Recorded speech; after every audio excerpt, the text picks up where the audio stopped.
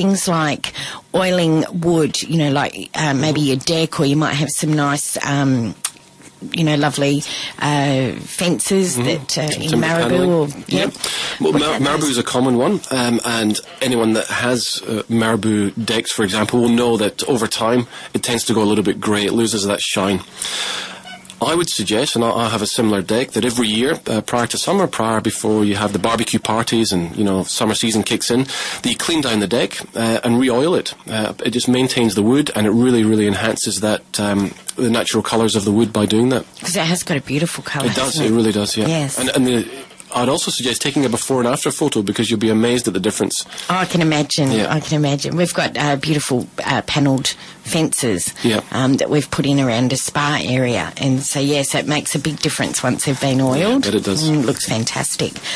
Now, we've talked a little bit about outside, and we've talked about our heating and cooling inside. Yep. But there's also things like our appliances that we use in the home as well. So, what, you know, things like dishwashers, your ovens, your washing machines, how often should they be serviced? Look, inevitably, at some point, one of these appliances will stop working for whatever reason. It could be the simplest thing. It could be a blocked pipe in the dishwasher. It might be that the tumble dryer is not tumbling properly or making a scratching noise. I would always say, first of all, check your manuals for whatever service instructions they provide. But look, if you don't want to be caught out, have them serviced once a year. Our technicians can see when a button is about to burn out. You know, when it has that first signs of a little bit of burning around the control buttons. Have them fixed before you're caught out. You know, do a bit of maintenance prior to that, a bit of servicing, yeah. At least once a year, I would suggest. Yes, and you know, if you've got a few different appliances, you could rotate, exactly. So it's not all done in the 1 month. That's right. And one of the services that we offer is we'll provide a maintenance schedule for you, so we'll contact you, you know, at the appropriate times to say, look, it's perhaps it's time now for us to send out someone to have a look at your heating and cooling or your appliance. Would you like us to do that? And you can, or you don't have to do that. Yeah. But at least it gives you the option and the reminder. That's a very important point, a reminder. Now, your portal, does that cover all of Melbourne, or how does that work? It does. Well, look, when I first started off, the idea was to supply trades to the whole of Melbourne.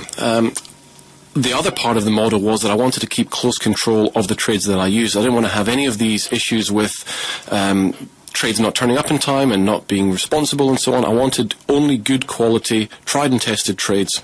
So it became clear pretty quick that in order to do that, I needed to break Melbourne down into territories and franchise.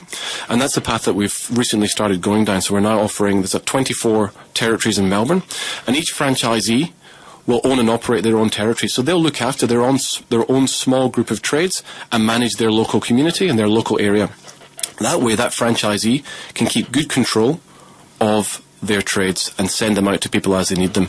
And as a franchisor, I'll be able to work with the franchisees to ensure that we cover Melbourne and we cover it well.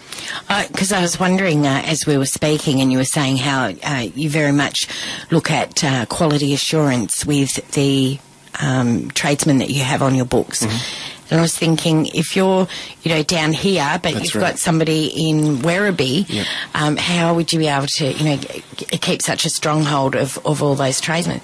So your portal would have different franchises that would look after that one area of tradespeople. That's right, yeah. Look, we've been working hard for the past 9 months building the franchise model.